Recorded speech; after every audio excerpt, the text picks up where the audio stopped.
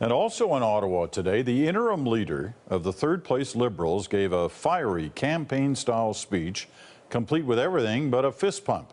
Bob Rae defended his political record, rallied his MPs, and all but dared the Conservatives to attack his character. It had many people in Ottawa scratching their heads, including our senior correspondent, Terry Milewski, who's here to tell us what it could all mean. Terry.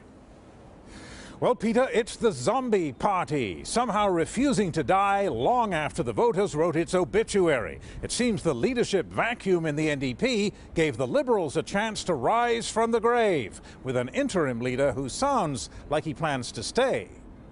You attack me, I attack you right back. That's exactly what you're going to get from the Liberal Party of Canada.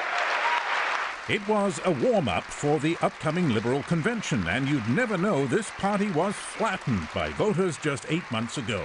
The Dean of the Pundits, Peter C. Newman, announced the death of Liberal Canada, and yet only yesterday one of the NDP's new Orange Wave MPs suddenly crossed the floor to join the supposedly sinking Liberals. One cartoonist found that weird, but the Liberals are trying to send a message to Stephen Harper that their ship is not sinking. You may have your mandate, sir. We have ours as members of the opposition of Canada. For a leader who promised to be just a caretaker, Bob Rae sounded very much like he was thinking twice.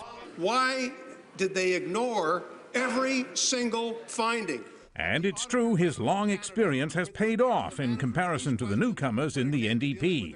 But what has not paid off is the Tories' use of his unhappy record as Ontario's NDP premier in the 90s.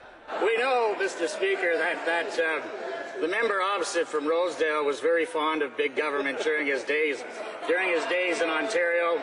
Big government, big deficits. Obviously, that's been hurting. The reminders of Premier Rae's recession and the unpaid days off called Rae Days. I say better a Rae Day than a Harper lifetime. Aha, said the pundits. If he's taking on his worst liability, he clearly wants to be a permanent leader. There's a lot of idle speculation about this. Every time I show signs of life, people say I'm running for the leadership. But he never actually denied it. Plus, the party gave him long applause, fundraising is going well, and the Liberals are even up a bit in the polls. Still in third place, but gaining on both the Tories and the NDP. So, too soon to say they're back, Peter, but they're alive. All right, Terry, thanks very much. Terry Milewski in Ottawa.